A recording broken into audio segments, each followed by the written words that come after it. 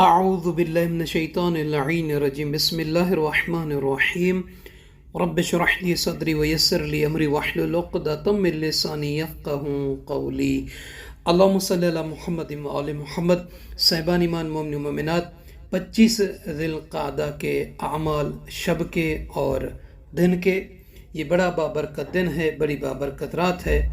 اس دن کو دہو الارض کے نام سے اور رات کو دہو الارض کی رات شمار کیا جاتا ہے کہ اس رات میں خانہ کعبہ کے نیچے زمین پانی پر بچھائی گئی تھی، اور یہ بہت بڑی فضیلت ہے اللہ کی طرف سے کہ اس میں اللہ تعالیٰ کی رحمت نازل ہوئی ہے۔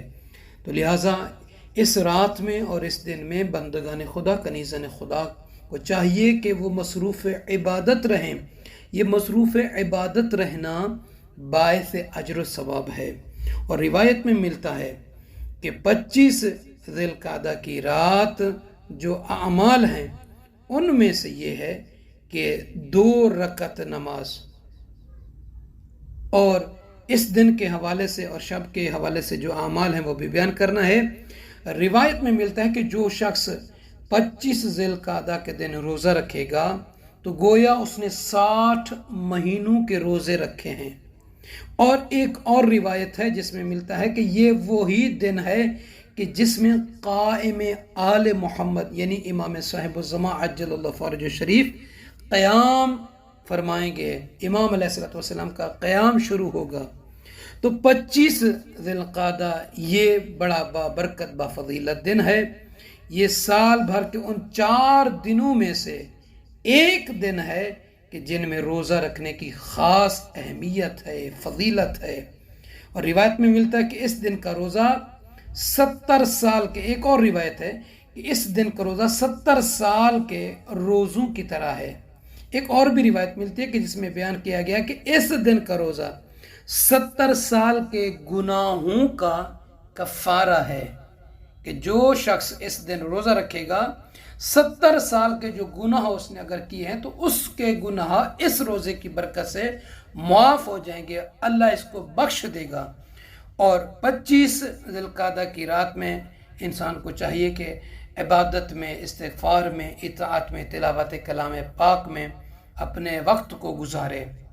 اور اس طریقے سے یعنی اگر انسان اپنی اس رات کو عبادت میں گزارتا ہے تو اس کے لیے سال کی عبادت اس کے نام اعمال میں لکھا جاتا ہے۔ اور 25 ذی القعدہ کے دن روزہ رکھنے کے لیے ہر وہ چیز استغفار کرے گی جو زمین و آسمان میں ہے۔ ثواب سے ہٹ کے یہ بھی ہے کہ روزہ رکھنے والے کے لیے زمین و آسمان کی ہر چیز روزہ رکھنے والے کے لیے استغفار کرے گی۔ یہ وہی دن ہے کہ جس میں اللہ کی رحمت دنیا میں عام ہوتی ہے۔ طلب رحمت مانگنے کا دن ہے، اللہ سے طلب کرنے کا۔ اور اس دن میں اور رات میں بندگان خدا کو چاہیے کہ ذکر و عبادت، استغفار، صلوات میں اپنے وقت کو گزاریں۔ اور اس دن کا روزہ بھی ہے، رکھیں، غسل بھی کریں اور عبادت بھی کریں۔ دوسرا یہ ہے کہ روایت میں ملتا ہے جسے علماء نے بھی لکھا ہے کہ 2 رکعت نماز 25 ذی القعدہ کے دن ظہر کے قریب یعنی اذان سے پہلے نیت کریں گے کہ 2 رکعت نماز 25 ذی القعدہ کے دن کی پڑھتا ہوں یا پڑھتی ہوں قربتاً الی اللہ۔ اللہ اکبر کہنے کے بعد پہلی رکعت میں سورہ الحمد کے بعد 5 مرتبہ سورہ شمس کو پڑھیں، اور دوسری رکعت میں بھی سورہ الحمد کے بعد 5 مرتبہ سورہ شمس کو پڑھیں۔ اگر یاد نہیں ہے تو قرآن کھول کر بھی دیکھ کر پڑھ سکتے ہیں، اور قنوت میں دعا پڑھیں جو بھی آپ کو یاد ہے، اور رکوع سجود تشہد و سلام مکمل کرنے کے بعد ایک دعا جو اس دن کے حوالے سے بیان کی گئی ہے اس دعا کو پڑھیں۔ اللہم داحی الکعبہ وفالق الحبہ وصارف اللذبہ۔ یہ دعا ڈسکرپشن میں مل جائے گا، اگر کسی کو چاہیے تو وہ رابطہ کر کے لے سکتا ہے۔